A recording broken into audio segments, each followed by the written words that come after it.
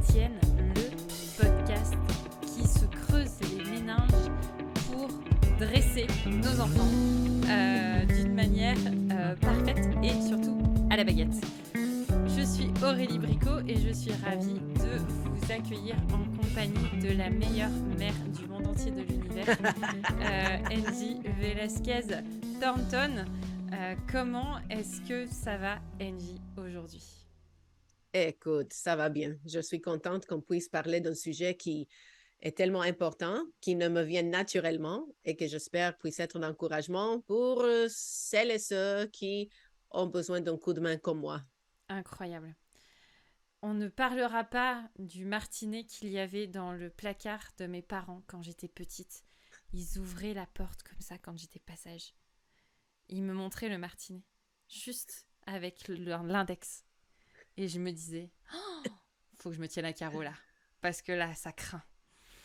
Ils ne l'ont jamais utilisé. Soyez tous rassurés. Mais voilà, nous allons parler de l'éducation et poursuivre notre conversation dans ce podcast. Bonne écoute. Un des rares impératifs adressés directement aux parents est en Éphésiens 6,4. Pères, ne provoquez pas vos enfants à la colère, mais élevez-les dans la discipline et l'instruction du Seigneur. Mm-hmm. Oui, et en préparation de cet épisode, j'ai tapé sur Google les mots parents, provoquer, enfant, colère et Bible. Et l'un des premiers résultats était un article écrit par un de nos partenaires qui nous soutient financièrement dans le ministère. Il est médecin et il enseigne la Bible et il anime un podcast et il écrit des articles. Et le monde est petit. Et entre parenthèses, ce frère qui s'appelle Pedro, lui et sa femme Janice ont une histoire d'adoption qui est très étonnante. Et si ça ne te dérange pas, j'aimerais la partager parce que ça revient un peu à notre sujet. Lorsqu'ils se sont mariés, ils avaient tous les deux le cœur pour l'adoption. Et après avoir eu 3 enfants biologiques, ils ont commencé à explorer différentes options quant à l'adoption.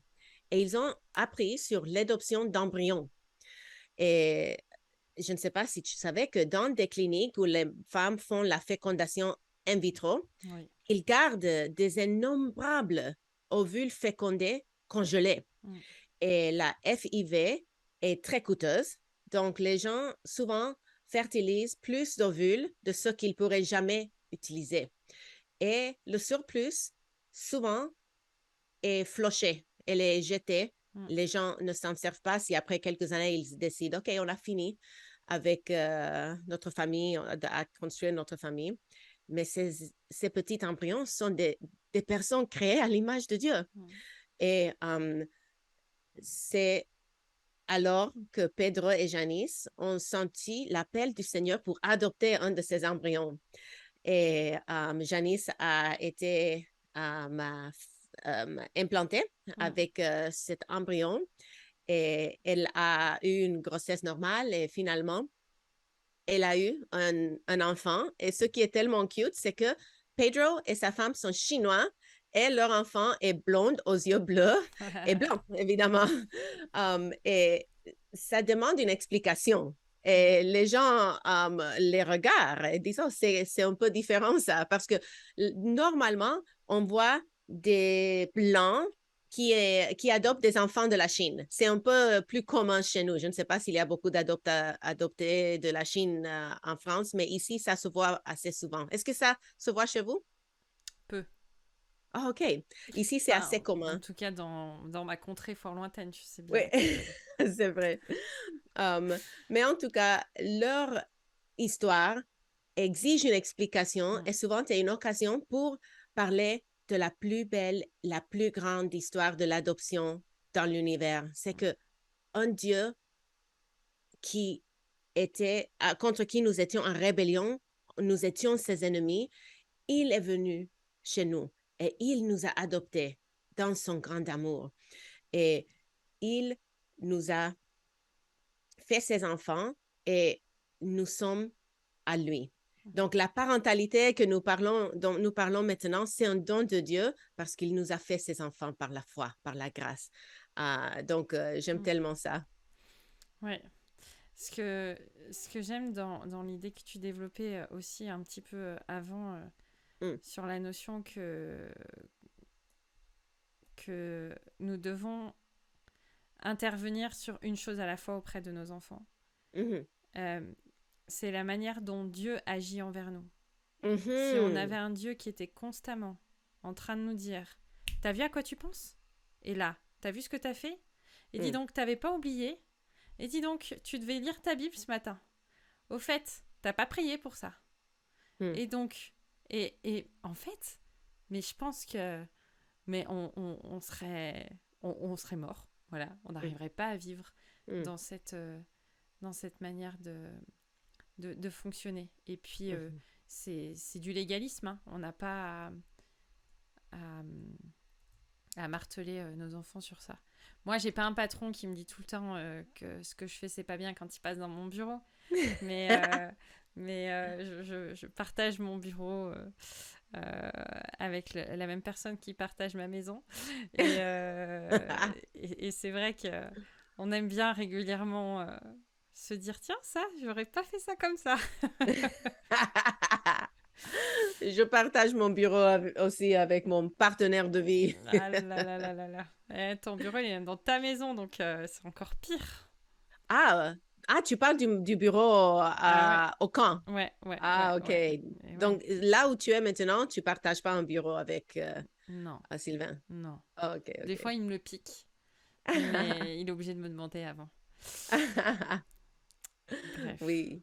Ouais, Bon, si on revient à ce point que je ouais. soulevais tantôt, quand la Bible dit ne provoquons pas nos enfants à la colère, Mm, euh, une façon de les provoquer à la colère est d'être dur et exigeant en attendant quelque chose d'eux qui est au-delà de leur niveau de maturité, ainsi qu'ils agissent de leur compréhension de concepts compliqués ou que ce soit par rapport à leur capacité d'accomplir une tâche.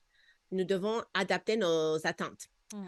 Donc, par exemple, chez nous, Isabella fait la vaisselle, Evangeline nettoie les comptoirs et la table.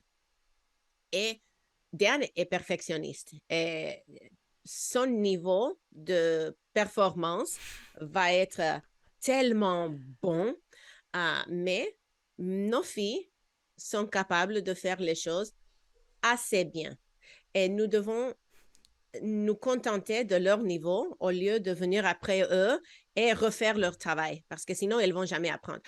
Quand même, si elles ne font pas bien leur travail, je dois dire, hey, reviens ici, s'il te plaît, tu as fini? Oui, maman, j'ai fini. Ah, c'est quand même toujours gras ici, s'il te plaît. Amène le torchon et repasse ici parce que tu n'as pas bien fait. On ne doit pas accepter qu'elles fassent du travail médiocre, mais elles vont pas tout, toutes les deux toujours être à la mesure du niveau, surtout de Diane, parce qu'il est monsieur clean, monsieur propre. euh, et un autre côté de la médaille, c'est qu'un manque de discipline peut aussi provoquer la colère de nos enfants. Mm, Le fait d'être incohérent mm, et de ne pas tenir nos enfants responsables de leurs actes mm. euh, qu'une partie du temps peut créer de l'insécurité et de la frustration. Et si l'un des parents est plus strict que l'autre, cela peut empirer les choses. Mm, mm, mm, mm. Nous devons être unis en tant que couple, mais nous devons aussi être unis en tant que famille. Mm. Et chaque fois qu'il y a un conflit entre nos filles, j'essaie de leur rappeler que personne ne gagne quand il y a le discorde. Nous sommes une équipe, l'équipe Thornton. Ouh là là. Ouais, mais il y a aussi l'importance d'être unis, mais de faire ce qu'on dit. Mm, Ça, j'ai remarqué que très souvent, surtout dans les camps familles, etc., qu'on voit passer pas mal de familles différentes qui fonctionnent différemment, mm, ben des fois, il y en a un qui dit attention, hein, si tu fais pas ça, t'auras pas ça. mm. Puis la journée se passe, et puis en fait, ça, la chose se passe, mais par contre, l'autre bout de la phrase, il se passe pas, tu vois. Yeah. Et, euh, et puis alors, le pire du pire, c'est quand l'autre parent arrive et qui dit ah bah non, mais moi je suis pas d'accord. ah là, c'est le début des problèmes. Oui. Donc, on est une équipe, mais on est une équipe qui se soutient. Et même si on n'est pas d'accord, parce que des fois, oh grand Dieu, surtout les maris font des trucs bizarres des fois, ils prennent des décisions bizarres. Mais si on n'est pas d'accord, surtout, c'est pas grave. On le dit pas devant les enfants. S'il Yeah. vous plaît, Oui. fermez votre bouche, allez boire un café, je sais pas, voilà, discutez-en après, sans les Mhm. enfants. Tout à fait. Et dans une autre Mm. ligne de pensée, plus les enfants, on doit impliquer nos enfants dans le ministère. Plus les enfants apprennent tôt que le service n'est pas réservé aux adultes, mieux c'est. Et lorsque il y a une journée de nettoyage à l'église, on y va en famille. Lorsque une occasion se présente de faire du bénévolat Mm. dans un organisme communautaire, amener les enfants avec. Dès que les enfants atteignent l'âge où ils peuvent servir dans la pouponnière ou donner un coup de main avec les tout-petits à l'école de dimanche, c'est bon d'encourager nos enfants à le faire aussi. Et je me souviens d'avoir entendu un jour une statistique selon laquelle seulement 1 sur 3 enfants reste à l'église une fois qu'il termine ses études secondaires. Et c'est une statistique triste et troublante. Mm. Mais les probabilités augmentent en notre faveur si nos enfants sont impliqués dans l'Église, Mm. s'ils ont des amis chrétiens et s'ils voient le ministère comme quelque chose qui leur appartient aussi, dont ils font partie, et non seulement quelque chose pour lequel ils sont des spectateurs. Oui. Et, et ceci m'amène au point suivant lié, c'est que aucune de nous fait l'école à la maison, n'est-ce pas? Non. Et toutes les deux, on a envoyé nos enfants aux écoles publiques. Oh là là là là là. Alors, nous, c'est une école privée. Ah bah, mais c'est pas chrétienne, n'est-ce pas? Elle est catholique. Ok, voilà, voilà. Donc, euh, ils ne reçoivent pas l'enseignement que nous, ils reçoivent à la maison. Ouais. Um, et nous vivons dans une culture hautement séculière Mm. et post-chrétien. Mm. Et la probabilité que nos enfants se fassent des amis chrétiennes à l'école sont minces.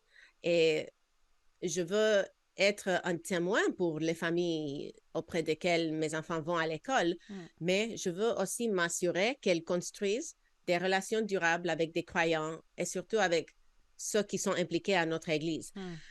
Parce que lorsqu'elles atteindront l'âge où elles auront le choix d'aller à l'église ou non, je veux qu'elles aillent parce qu'elles ont des amis, parce qu'elles ont tissé des relations Mm. d'amitié significatives. Et ce n'est pas seulement avec des camarades, mais aussi qu'il y ait des tontons et des tatas, comme on disait au Mm. Sénégal, des oncles et des tantes, Mm. ainsi que des grands-parents adoptifs Ouais. avec lesquels ils ont noué des relations. Ouais, carrément. Après, c'est pas toujours possible. Mm, Tu vois, nous, en tout cas, nos enfants, ils ont pas d'amis du même âge qu'eux dans l'église. mm, Moi, j'ai grandi dans une église où j'avais pas d'amis du même âge. mm. Et je pense que dans les petites églises, parce que toi, tu vas dans une méga church, dans les... Pour la francophonie, Ouais, peut-être, c'est ça, ça 200 doit être ça. membres. Ça doit être ça. En fait, dans les petites églises, c'est hautement stratégique d'impliquer les enfants dans le service. Et Mm, nous, les enfants, on essaye de les impliquer à différents niveaux, mhm, notamment pour ramasser, par exemple, les gobelets de la Seine, mm, pour mm, faire passer l'offrande, par exemple. mm, mm, Euh, voilà, Paul, il essaye un peu de m'aider à la batterie. On mm, essaye de les impliquer pour que mm, ils vont aussi à l'église, pas pour être gardés et pas pour aller à l'école du dimanche. mhm, Ils vont à l'église aussi pour qu'on loue le Seigneur ensemble et mm, pour servir ensemble. mm, Et c'est vraiment important de les impliquer aussi dans l'intergénérationnalité dans l'église. mhm, Euh, et si vous n'avez pas d'enfants, s'il vous plaît, dites-leur bonjour. Saluez-les mm, par leur prénom. Ils ont mm, besoin d'apprendre à dire bonjour à d'autres adultes et de comprendre qu'ils existent autrement qu'en étant les fils d'eux, les filles d'eux. Mm. C'est hyper, méga important. Mais si on n'a pas d'amis de nos âges dans les églises, on fait des camps. Voilà. Et là, on rencontre plein Mhm. de copains-copines. Oui. Et si on fait pas de camp et que vous êtes comme moi, bah, c'est pas grave, on peut quand même euh, vivre des choses fortes avec le Seigneur. Prier Mhm. pour ça. Oui. Cette année, on a permis à notre fille aînée d'avoir un téléphone sans clé pour faire des coups de téléphone, mais pour qu'elle puisse garder le contact avec les Mm. copines chrétiennes qu'elle a rencontrées cet été ou qu'elle a revues cet été en députation ou qu'elle a rencontrées au camp. Parce qu'elle n'a pas une seule amie à l'école qui soit chrétienne, mais elle Mm. a des amis éparpillés partout dans la francophonie et dans la province et dans l'Amérique du Nord. Et on veut qu'elle tisse ses liens, même si c'est par des bêtises qu'elle s'envoie sur Snapchat. C'est ça l'application qu'elle utilise. Ah là là là. Quel danger. Mais en tout Ouais. cas, Bah, moi, on ma a fille, elle y beaucoup est pas. prié. Hein. Oh, Oui, le jour qu'elle en soit, qu'elle devienne amie. ouais, Mais parce que oh, la c'est tienne, pas elle a évident. l'âge. Oui. Et oui, c'est ça. Ouais. Um, un autre conseil, c'est de inviter le conseil d'autres personnes parce que les livres chrétiens sont excellents. Mais passer du temps avec des parents, comme tu disais tantôt, que quand nous voyons la vie de ces personnes plus matures dans la foi, cela nous donne un exemple à suivre. Mm. Et il peut s'agir des personnes plus âgées, mais aussi il y a des personnes qui sont particulièrement douées, Mm. même s'ils sont nos contemporains et qui ont beaucoup de sagesse à nous donner. Et l'été dernier, alors que nous étions en députation aux États-Unis, nous avons eu des superbes conversations nocturnes avec des amis chers de longue date sur le mariage, l'éducation et la vie chrétienne. Et c'était une telle bénédiction de pouvoir apprendre de eux par leur exemple et par ces conversations. Mm. Et dans une de ces conversations, je parlais avec ma meilleure amie Grace et on parlait de comment demander pardon. Et cela, c'est autant pour nos enfants, leur apprendre à se demander pardon et aussi nous, nous habituer à leur demander pardon. Et ce n'est pas facile. Ça exige beaucoup d'humilité euh, parce que j'ai toujours raison. Dans ma chair, je peux me dire, mais j'avais le droit de me fâcher. Mm. Elle me tapait sur les nerfs, mais je dois pouvoir être un modèle d'humilité et aller auprès de mes filles et Mm. leur demander pardon lorsque Mm. la colère m'en prend. Et Grace m'avait modelé cela à travers sa relation avec ses enfants. Et elle leur a appris une façon de demander pardon. Et ils sont toutes deux, Isaac et Hannah, des jeunes ados très pieux. Ils sont très impliqués dans le ministère. Ils sont vraiment matures dans leur foi. Donc, quand elles ont eu une petite chicane avec mes enfants, j'ai vu la façon de se demander pardon. Et mes filles le trouvaient bizarre. Mais j'ai beaucoup apprécié qu'il fasse ça en 4 étapes. La première, c'est de dire je suis désolée. Et puis, deuxièmement, dire peux-tu me pardonner pour. Et puis, dire exactement ce que tu as fait. Et c'est important d'être précis parce que parfois, c'est facile de dire ah, pardonne-moi pour ce que j'ai fait ou pardonne-moi pour m'avoir fâché ou quelque chose de très vague. Mais c'est important d'être spécifique. Et quand je dis ça à mes filles, je leur demande de retourner en arrière un peu et en parler plus clairement. Et puis, cette troisième étape, c'était vraiment nouveau pour moi. Elle a dit que les enfants doivent dire, c'était injuste, c'était pas bien ce que j'ai fait parce que, 3 points. Ouais. Et les enfants doivent pouvoir citer soit un verset ou soit un principe biblique qui démontre pourquoi ce n'est pas bien ce qu'ils ont fait.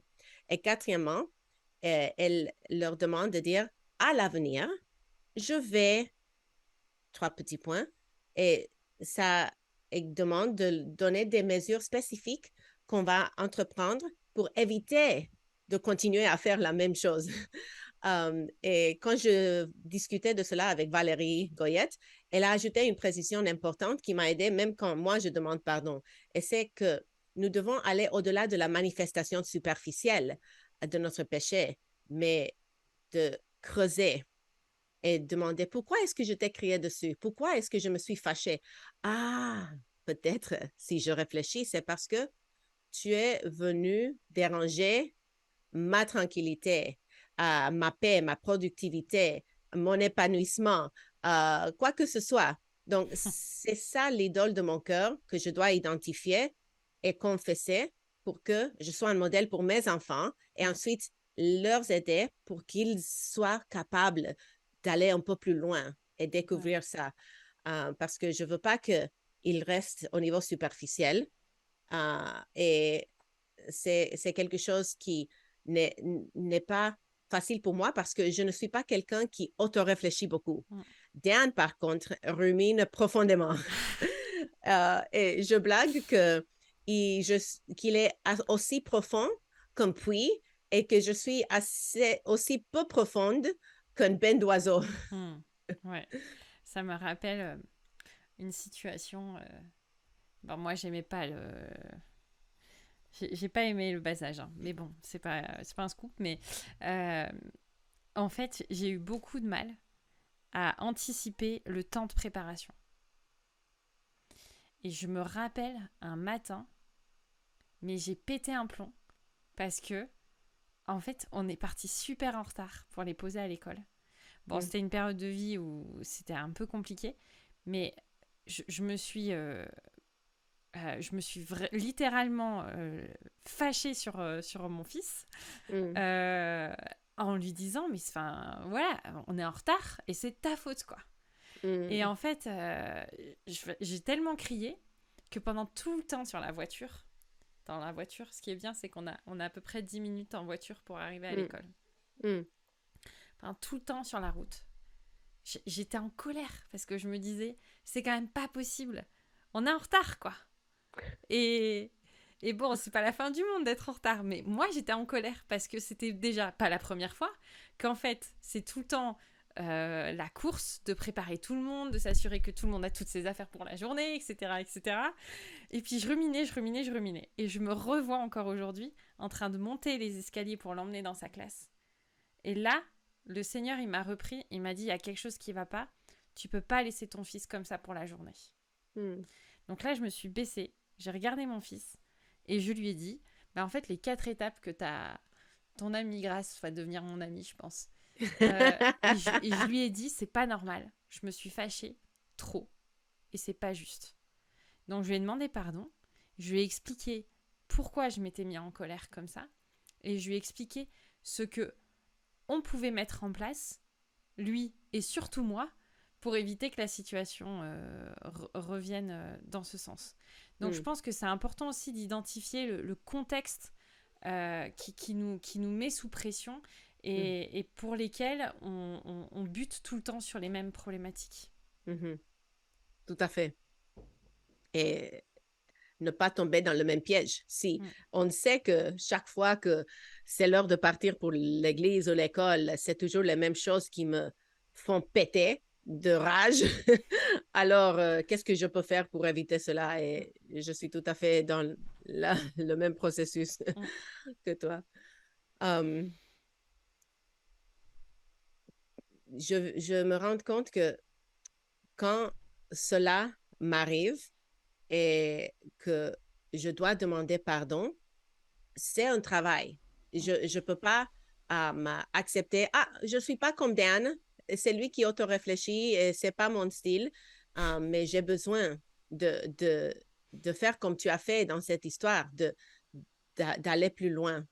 Et j'ai besoin de l'aide de Dieu parce que son esprit doit travailler plus en moi qu'en Dan dans ce domaine Mm, mm, pour m'aider à trouver ce qui est au plus profond de moi. mm, mm, mm, mm. Um, et puis, euh, une autre piste, c'est de modéliser la résolution des conflits.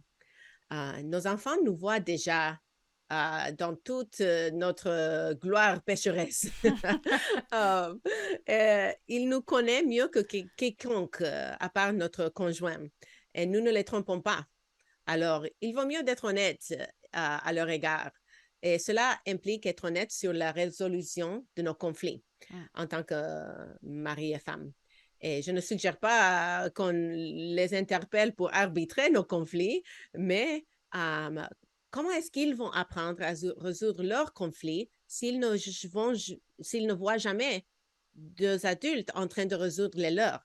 Et dans un autre épisode de ce podcast de Barnabas Piper, il expliquait que quand il était jeune, il n'a jamais vu ses parents se disputer. Et avec le recul, il a dit qu'il aurait aimé être témoin oculaire de cela parce qu'il aurait pu apprendre des leçons pour son propre mariage. Et ses co-animateurs disaient que c'était pareil à leur époque aussi. Quand ils étaient enfants, ils n'ont jamais vu leurs parents se disputer. Donc, peut-être c'est une question de génération. Mais quelle qu'en soit la raison, je pense que nous devrions apprendre à nos enfants comment gérer leurs différences en leur montrant nous-mêmes comment nous faisons pour qu'ils acquièrent des compétences relationnelles, qu'ils se marient ou pas. Ce n'est pas seulement dans le mariage qu'on a des conflits. Donc, c'est important de leur apprendre comment s'en sortir. Bah après, sans forcément... je pense que ça peut aussi beaucoup déstabiliser les enfants d'assister à des conflits entre ses parents. Surtout, ça dépend jusqu'à quel degré l'intensité peut monter du conflit. Mais je pense qu'ils apprennent aussi dans leurs propres conflits. On a besoin de leur montrer, surtout si tu as 2 enfants à la maison, à un moment donné, il va y avoir conflit sur quelque chose, forcément. Mais de leur montrer comment est-ce qu'on résout un problème ou comment est-ce qu'on gère les problèmes insolubles. Parce qu'il y a des problèmes qui vont tout le temps revenir. Ouais, mais il m'a pris un jouet, il m'a pas demandé. Ouais, mais il joue dans ma chambre alors qu'en fait, moi, je veux pas qu'il joue dans ma chambre. Bref, il m'a piqué mon t-shirt et c'est la 8e fois de la semaine qu'il me pique mon t-shirt. Donc, leur montrer aussi les choses comme ça et puis aussi les rassurer. Nous, des fois, quand le ton monte, on entend des petits ou des petits ah ben bravo. Et là, on leur dit non mais vous inquiétez pas, on va se parler et ça va se résoudre. Oui. Mais laissez-nous d'abord nous dire qu'on n'est pas d'accord. C'est vrai. Et quand on était au Sénégal, si on avait une différence entre nous, et les enfants voyaient, on se parlait de façon privée, et puis on disait après, hey, les filles, on a fait la paix. Mais parfois, c'était devant notre aide ménagère qu'on avait une chicane. Et Dan, il est tellement pastoral et tellement anxieux d'avoir un bon témoignage auprès de Germaine qu'après, il lui disait, hey Germaine, et Angie et moi, on a fait la paix, ne t'en soucie pas. Donc, ça me faisait rigoler parce que c'est une adulte, c'est pas traumatisant tellement, en tout cas.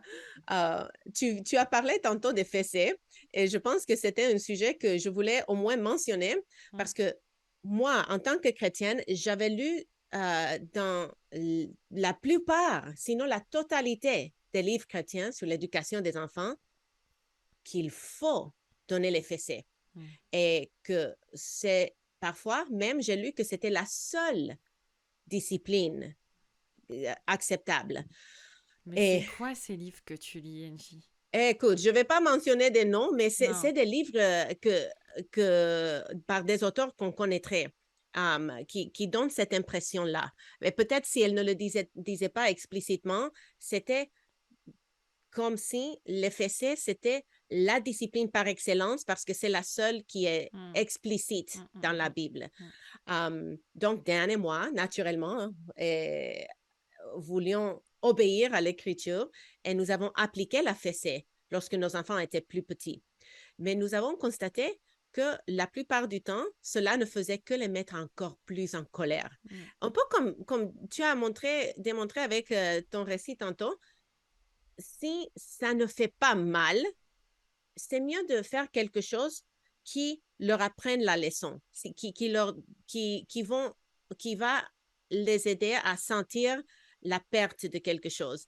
Et si le fessé n'est pas la chose la plus efficace, tu as trouvé un moyen. Ah, et ce n'était pas parce que tu étais méchante et tu voulais lui le faire souffrir, mais parce que tu savais qu'il fallait qu'il comprenne qu'il avait fait quelque chose de mal et la perte de ces jouets-là lui ont appris ça. Et cela m'a aidé aussi à le comprendre quand j'ai découvert qu'il y avait d'autres manières d'exercer la discipline. Et puis, j'ai écouté une entrevue de Mathieu Caron avec Guillaume Bourrin sur Que dit la Bible, si je ne me trompe pas, qui m'a beaucoup aidé. Parce que ce qui est spécial chez Mathieu Caron, c'est qu'il est expert en deux domaines qui n'existent pas souvent chez la même personne, parce qu'il est expert en hébreu biblique et la poésie et l'interprétation de l'Ancien Testament, et il est expert en counseling biblique. Et souvent, ceux qui écrivent sur la parentalité sont très bons en counseling biblique, mais n'ont pas tout le bagage de Matthieu. Et lui, il soutient que la Bible utilise l'expression la verge comme une image qui ne doit pas être prise au pied de la lettre. Par conséquent, si les parents veulent donner la fessée à leurs enfants, qu'ils le fassent. C'est leur décision, mais ils ne devraient pas le faire en disant et en enseignant aux plus jeunes parents que l'Écriture l'exige d'eux. Et cela nous a permis, à Dan et moi, de choisir des formes de discipline efficaces et adaptées aux personnalités de nos enfants. Et cela aussi nous a libérés de ce fardeau qu'on sentait qu'on n'était pas des parents bibliques si on ne continuait pas à faire quelque chose qui était censé être la meilleure. Tout à fait. Tout à fait. Donc au final, on en est où sur les livres sur la parentalité? Parce que bon, ça va bientôt être Noël. Peut-être qu'il y en a qui avaient glissé un petit bouquin à offrir et qui est déjà emballé et prêt à être donné. Qu'est-ce qu'on fait? Écoute, je ne les ai pas jetés. J'ai une section dans cette bibliothèque derrière moi, plein de livres de la parentalité, et je les aime bien. Mais nous devons reconnaître qu'ils ne sont pas la Bible. La Bible, c'est notre seule autorité et qu'ils se contredisent même. Il y a des domaines où l'un dit une chose et l'autre dit non, c'est pas comme ça qu'on fait. Donc, c'est comme n'importe quel commentaire. Si maintenant je suis en train d'étudier les psaumes et je continue notre série bientôt et puis j'enseigne sur les psaumes, les commentaires se contredisent aussi. Donc nous ne devons pas jeter à la poubelle les livres de la parentalité, ni les commentaires des psaumes parce qu'ils se contredisent. C'est normal. Est-ce que tu as déjà lu des livres non chrétiens sur la parentalité? Parce que moi j'en ai lu un. Au début, quand j'étais enceinte de Marie, je me rappelle, je m'étais dit, ouais, tout ça, faut que je me rencarde un petit peu quand même sur plutôt le côté technique, tu vois, comment tu nourris un bébé, des choses comme ça. Et il y avait un livre qui était très, très intéressant, qui donnait des conseils au niveau éducatif. Et j'ai plus le titre, mais je trouvais qu'il était chouette, ce bouquin. C'est une bonne question. Et Diane et moi avons un ami, John, qui est travailleur social chevronné. Et quand on lui parlait de la parentalité, même si ce qui est drôle, il n'est pas parent, il est célibataire, mais il nous a recommandé un livre qui s'appelle La discipline sans drame, calmer les crises et aider votre enfant à grandir, par Daniel Siegel et Dina Payne Bryson. Et donc, c'est un livre anglais traduit au français. Et ce qui est drôle, c'est que avant qu'il nous le recommande, et il est chrétien, entre autres, avant qu'il nous le recommande, et il était pasteur à une époque. Donc, en tout cas, tout cela pour dire qu'avant de lire ce livre, on m'avait donné l'impression, on m'avait appris dans le contexte de l'Église que non-croyants n'avaient rien à nous apprendre à ce sujet et sur beaucoup d'autres sujets, qu'on ne doit pas aller chercher des conseils dans le monde. Mais on respectait John et on savait qu'il avait beaucoup d'expérience avec les enfants dans son domaine du travail. Donc, on a lu le livre et on s'est dit que toute vérité vient de Dieu et que Dieu a fait grâce à ses auteurs par la grâce commune pour qu'ils nous aident à comprendre nos enfants et ils ont une expertise différente que la plupart des autres.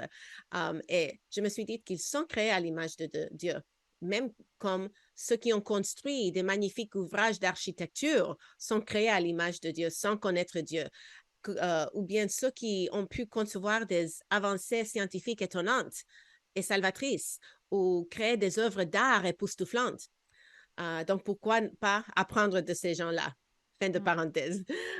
Donc, oui, j'ai beaucoup apprécié parce qu'en fait, il est médecin, l'auteur Siegel, Dan Siegel. Il est médecin et psychothérapeute expert dans la neurobiologie aux sciences du cerveau.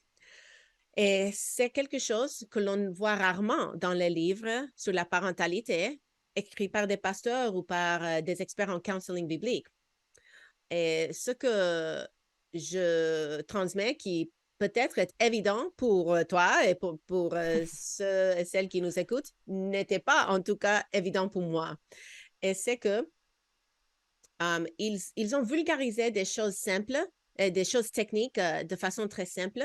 Et ils ont expliqué, par exemple, que nos enfants ont besoin de l'aide par des stratégies qui nous permettent de voir que leur cerveau a un côté gauche logique et côté droite émotionnel. Ou bien, ils ont décrit ça comme le côté d'en haut, qui est sophistiqué et analytique, et le cerveau d'en bas, qui est primitif et réactif. Ils ont même comparé ça à un lézard ou à un autre animal pas très avancé et que notre cerveau réagit comme une bête quand on emploie le cerveau d'en bas. Et donc, je vais donner un scénario qui peut être assez commun.